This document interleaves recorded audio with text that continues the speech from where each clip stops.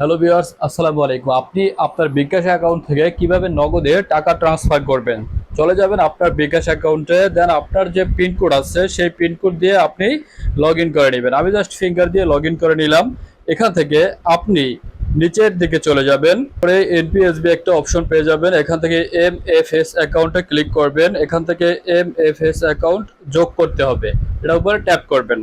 দেন আপনি এখান থেকে ট্যাপ, উপায়, রকেট, নগদ, আপনি কিন্তু সবকিছুতেই এগুলোতেই আপনি আপনার বিকাশ থেকে টাকা সেন্ড করতে পারবেন।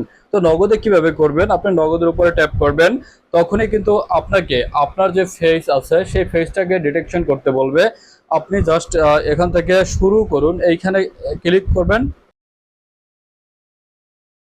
আপনারা দেখতেই পাচ্ছেন চেহারা সফল হয়েছে, এই লেখাটি চলে আসছে। এখন এগিয়ে যাওয়ার উপরে ট্যাপ করবেন। দেন আপনি যে নগদে টাকা পাঠাতে চাচ্ছেন সেই নগদ অ্যাকাউন্ট নাম্বারটি এখানে আপনাকে লিখে দিতে হবে।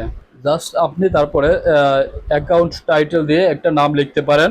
তারপরে এগিয়ে যাওয়ার উপরে মানে ক্লিক করবেন। দেন আপনি আপনার পিন কোডটি দিয়ে দিবেন।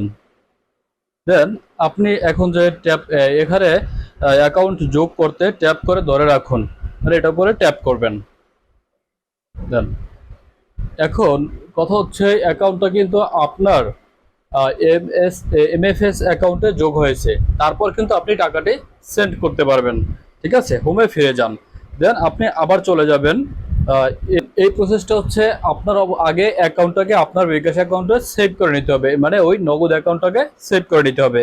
তারপরে এনপিএসবিতে ক্লিক করবেন, তারপরে এমএফএস অ্যাকাউন্টে ক্লিক করবেন। দেখতে পাচ্ছেন এখানে নগদ নাম্বারটা কিন্তু সেভ করা আছে। ঠিক আছে, এখন কিন্তু আমি টাকাটা পাঠাতে পারবো।